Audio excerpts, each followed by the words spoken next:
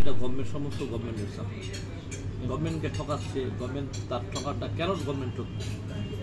হ্যাঁ, যদি আপনি হল মালিকতে 10 লাখ 12 লাখ 15 লাখ করে টাকা নিতেছেন, তাহলে আপনি গভর্নমেন্টে কেন ঠকাবেন? এত কম টাকা দিয়ে কেন করবেন?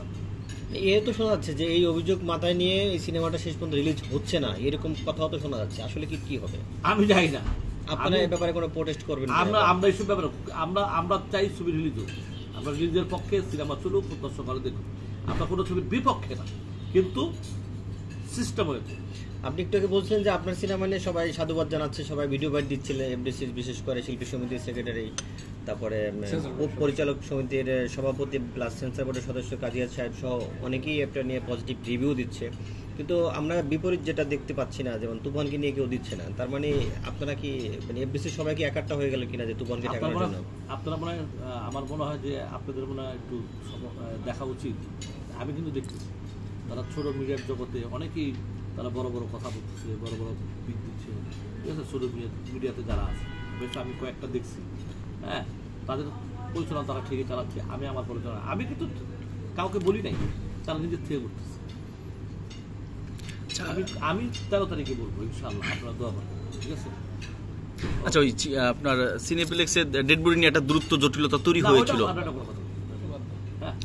আরো একটা 3 কোটি টাকার শুনলাম সিনেমা আসতেছে ডার্ক ওয়ার্ল্ড নামের, ওটা নিয়ে কি বলবেন? এর আগে আপনি আসতেই পারে, ছবি বানাইছে, আসবে না 100 বার আসবে।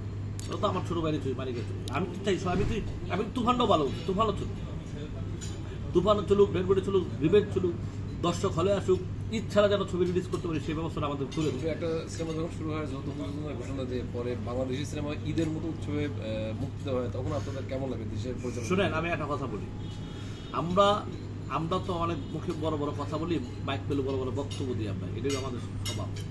উচিত কথা, সত্য কথা কেউ বলতে পারে না। এই আজকের যা বলছি, এই কথাটা কেউ বলবে না। এই কথাটা মহামান্য প্রেসিডেন্টের ছেলে বলছিল, আর সেকেন্ড ম্যান আমি বললাম।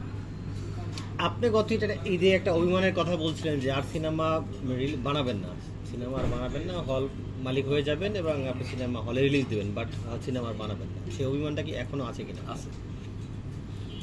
আপনার জায়গাতে সরে আসেন, সিনেমা আর বানাবেন না? আমার হাতে কয়েকটা ছবি আছে, এগুলো শেষ করে দিয়ে আমি রিজার্ভে চলে এগুলো আপনি তো অনেক কিছুই করেন আর কি, মানে প্রযোজক থেকে পরিচালনা আসলেন, সেন বললেন হচ্ছে একটা মানে মাল্টিপ্লেক্স টাইপের করবেন, এরকম মানে হল নির্মাণের ইচ্ছা কি আছে এবং কবে নাগাদ শুরু করবেন? আছে ইনশাআল্লাহ, একটু অপেক্ষা করো, পেয়ে যাবো। আচ্ছা, সেদিন একটা ভিডিও দেখলাম, আপনি প্রযোজক আরশাদ আদনান, খোরশেদ আলম খোরশু এক জায়গায় বসে আপনারা বেশ গল্প করছিলেন। তো সেটা নিয়ে অনেকে প্রশ্ন করতেছেন যে এতে আসলে ইন্ডাস্ট্রির লাভ বা ক্ষতি কতটা হবে? কারণ হচ্ছে যে শাকিব খানের সাথে আপনার একটা দূরত্ব তৈরি হয়েছে, আবার শোনা যাচ্ছে আরশাদ আদনানের সাথেও তার একটা দূরত্ব তৈরি হয়েছে। সেই জায়গা থেকে আপনাদের একটা বন্ধুত্বসুলভ একটা ভিডিও দেখা গিয়েছে। তো আসলে বিষয়টা কি ছিল বা এতে আসলে কি হচ্ছে? সেদিন আমরা আমাদের ব্যক্তিগত আলাপ করছি, কিন্তু আমরা কাউকে দিয়ে বা আমরা পিছনে কোনোদিন, আমি কখনো কোনোদিন পিছনে কারো ষড়যন্ত্র করি আর অভ্যাস হয় না, কারো ষড়যন্ত্র আমরা আমাদের মতো আড্ডা মারছি। বিষয়টা এরকম যে শাকিব খানের সাথে যে আপনার না, আমরা ওইসব নিয়ে কথা বলি, আমি কারণ নিয়ে নামে উচ্চারণ করতে চাই, নামে উচ্চারণ করতে চাচ্ছেন না, দুশ্মন হয়ে গেছে বিষয়টা। দুশ্মন না, যে যার জায়গায় ভালো থাকুক, শেষ। Thank you.